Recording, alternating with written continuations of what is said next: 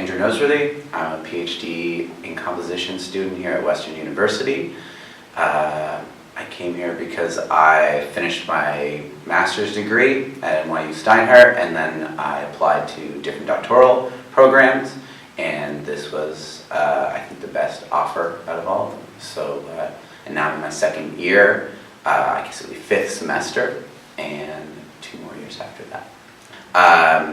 The graduate students in composition get quite a few opportunities and quite a few chances to have their music read and performed by professionals, rather than, like, there's still the student opportunities, and we still have the Chamber Music Initiative, and we still have the student composers concerts, but also usually throughout the year there's visiting ensembles that we get to write for, and they will read or perform and record the pieces, so we get really professional level recordings and also professional level, like, feedback. So my first, I think that's happened every year now. I've had at least one piece that's been read and played by professionals.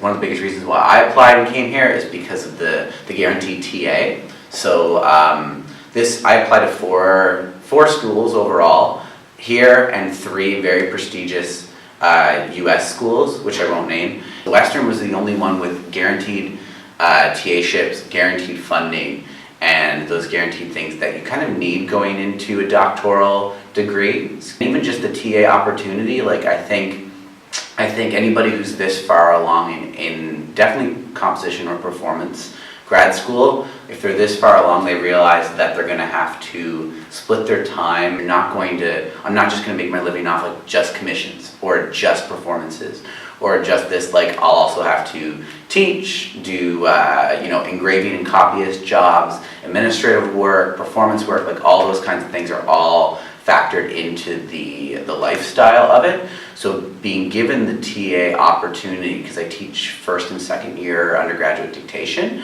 it means it gives me the teaching experience not only for my CV, but it also means that when I finish, I'll have 4 years of teaching in a classroom experience. I'll finish my coursework at the end of this semester, and then the last 2 years of my degree will be directed research projects, my dissertation proposal, my PhD comprehensive exams, and then the actual dissertation project, which is a large form 30 to 45 minute piece and a 75-page paper on it, and then a lecture on it.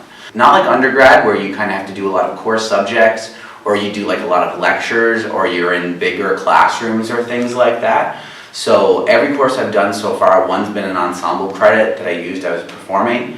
So that's been good for, like, meeting people and things like that. And then I'm also taking a contemporary repertoire analysis class. But every other course I've done has been one-on-one meetings, even if there's been a syllabus. So most of the day in the life thing involves actually more so prepping to teach. And so I'll teach, most days I'll teach a class or 2 of undergrad dictation. I'll grade papers, or I'll prep to teach, or I'll meet students for extra help.